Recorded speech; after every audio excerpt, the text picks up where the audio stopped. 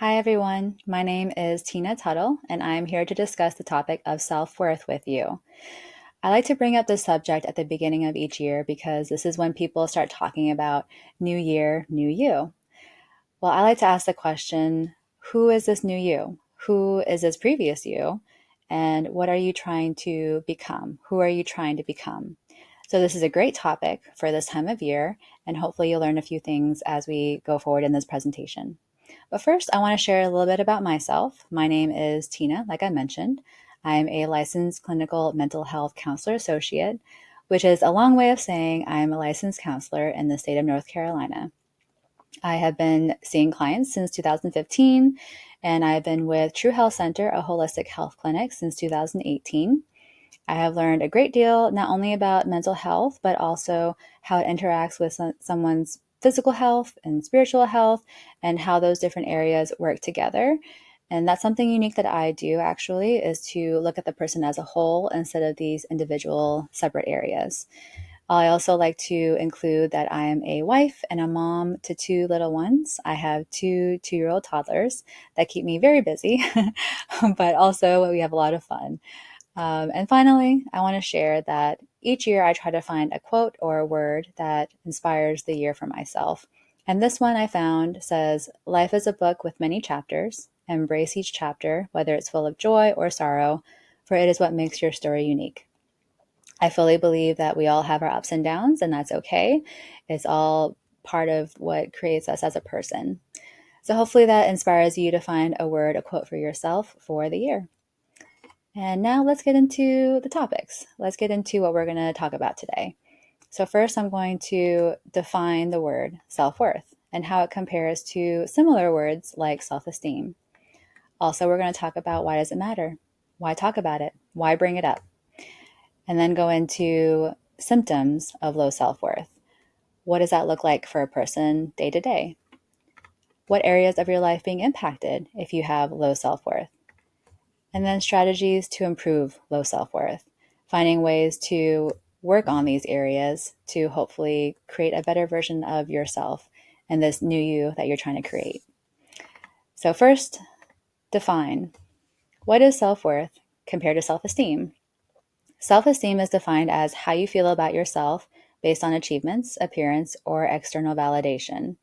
Keeping in mind these are external factors. Self worth, however, is a sense of one's own value as a human being, not dependent on external factors. So, this is how we view ourselves, what we believe about ourselves, what we value about ourselves, very much internal. We're going to be discussing the word self worth specifically going forward in this presentation. So, why does it matter? Why talk about it? Why is it important? Well, more than likely, if you have low self worth, you're being affected in different areas of your life. And I want to point out what these different areas look like. So, for example, past experiences. If you have had past experiences where they were negatively affecting you or you felt negatively impacted by them, more than likely they're still affecting you present day. You're seeing those past experiences as something negative, and it's hard to move past them mentally and emotionally. So they're carried with you in current experiences, and it's hard to move forward because of that. Also, relationships. How you're viewing your self worth or how low your self worth is probably affecting your relationships both personally and professionally. How you interact with people, how you view them, how you interpret your interactions, and so forth. Also, achievements and goals. If you have low self worth, you're probably having a hard time obtaining these goals, having motivation and energy to reach these different goals in your life. So you're probably not achieving what you're wanting to achieve. And then contributions. So this can be interpreted in a couple different ways. Some people think of it as financial contributions or charitable contributions. But also, if you're in these different STEM fields, for example, it might be a contribution towards science as a whole or technology as a whole, or even cultural level that you might be contributing something. Any kind of contribution can be included here. But if you're having a low sense of self-worth, you might not be creating a sense of contribution in any way. And then for sure, physical health.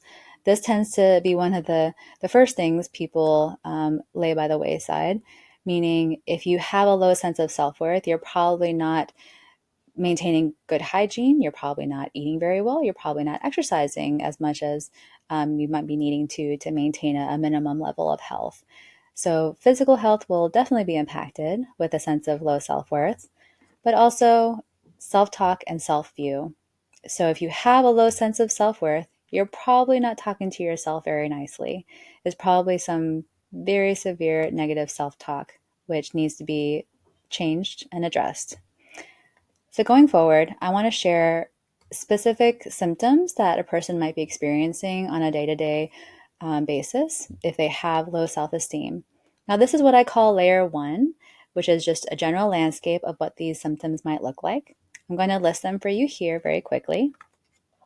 Negative self talk, lack of self confidence, difficulty accepting compliments, chronic people pleasing, trouble setting boundaries, low motivation and self sabotage, social withdrawal and isolation, chronic comparison to others, difficulty receiving love, depressed mood or low energy, difficulty celebrating success, and unhealthy coping mechanisms.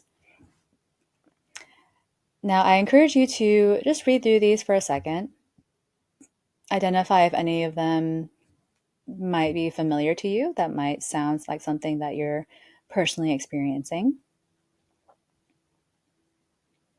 If not, that's okay.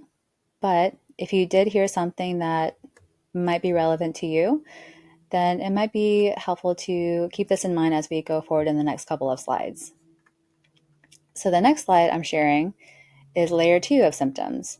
I'm not going to read through all of these, but I do want to point out a few of them just so you have an idea of what those moment to moment and day to day experiences might be like. For example, excessive guilt. Are you feeling the sense of guilt for not doing certain things? Or are you finding yourself over apologizing? Do you find yourself having a lack of energy to do many different things throughout the day? Do you have self doubt? Do you procrastinate, put things off, fear of failure, and so forth? Many different ways that a person might experience low self worth throughout the day and throughout the weeks. So, again, just skimming through, seeing if any of these are familiar, and if so, hopefully the next slides will be helpful. I do want to ask this question again. What area do you need to improve? And I ask this question coming from the mindset of everyone can improve. None of us are perfect. None of us are doing things 100% correct. We are all human. So we all have an area that we can improve on. So keeping that in mind, what area do you think you can improve on? And if there is an area, then hopefully these strategies that I'm going to list here might help. These are probably some strategies that you've heard of, maybe some that you have not heard of. What I will say is that these are much easier said than done. So, first one is self compassion. Treat yourself with the same kindness you would offer a friend. Be forgiving and understanding with yourself, especially when you make mistakes.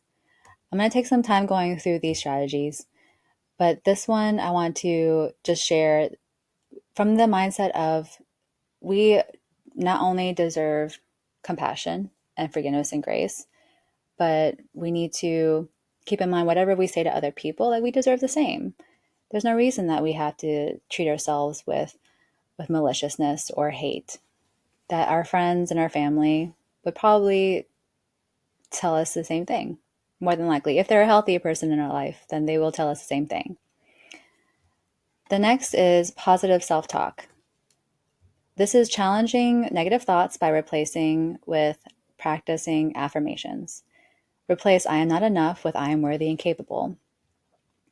This is falling into the realm of fake it till you make it. So saying things that will replace these negative thoughts so you will start believing them over time. Some people do well with that, where they go from I'm not enough to I'm worthy and capable. But some people need what I call a bridge statement. So something a little bit more moderate. For example, instead of going straight to I'm worthy and capable, maybe a person needs I am working on myself and I am improving slowly every day.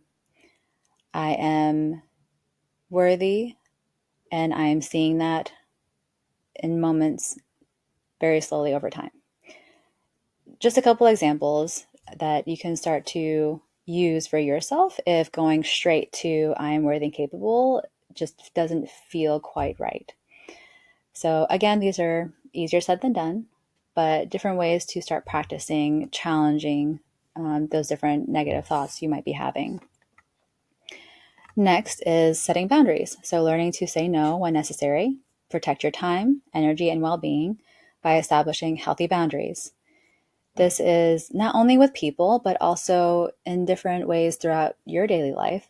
For example, maybe scheduling 10 minutes in between appointments, giving yourself some self-care, drinking a hot cup of tea, eating a hot like piece of cake or a piece of chocolate, or do you hear a theme in my life? Finding something to enjoy in your moments in between some of the challenging ones, and just giving yourself just those little pleasant moments and healthy boundaries so that you can rest and recharge as needed.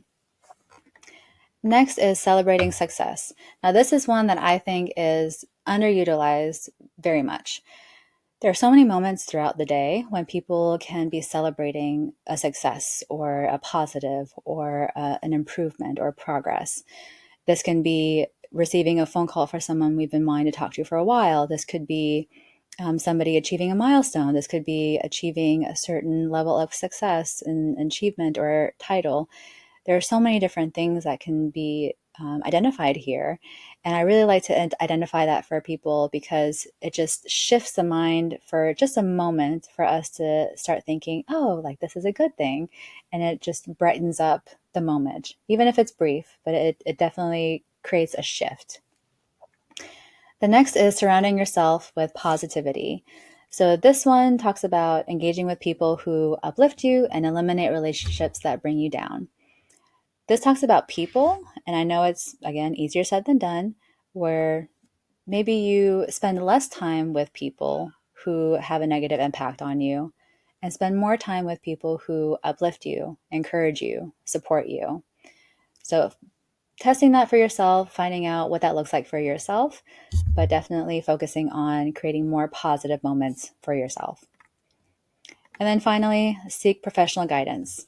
Sometimes personalized strategies from a coach or therapist are the key to overcoming deeply rooted beliefs and unlocking your full potential. I recommend this for everyone, not only people who are going through a difficult time or in a low place, but even doing well and might need a third-party perspective, a health coach, a therapy coach, a therapist, whatever that might look like. It helps to have a third person who can come into the situation non-judgmentally, listen, provide guidance, tips, tricks, whatever it might be, and help that person to move to the next steps. So I recommend that if all else hasn't worked out. But again, trying all these different things, all these different tips and tricks, maybe that's all you need. Maybe you just needed the introduction. But I do ask this question: have you tried these before with no success? Have you done these and you're thinking right now, Tina, I've tried. It's not working. They're not working for me. And that's okay. If that's how you feel, then maybe you do need that extra guidance. Maybe you do need that third party person to come in and to be able to give that extra perspective. And if that is you, and again, that is okay, sometimes we do need that person. I strongly recommend a consultation. So for myself, I'm offering a free 15-minute consultation for anyone who wants to talk more about this or anything else that might be on your mind. I do help to identify those specific concerns and see if there are ways that I can help.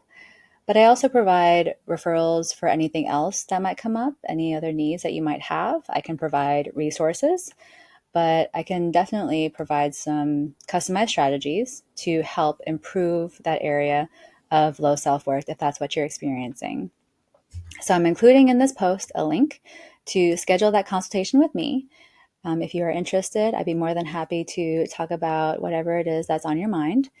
And please click on the link to schedule that. There are some days and times available. And finally, thank you so much for your time and for listening. And I really look forward to speaking with some of you.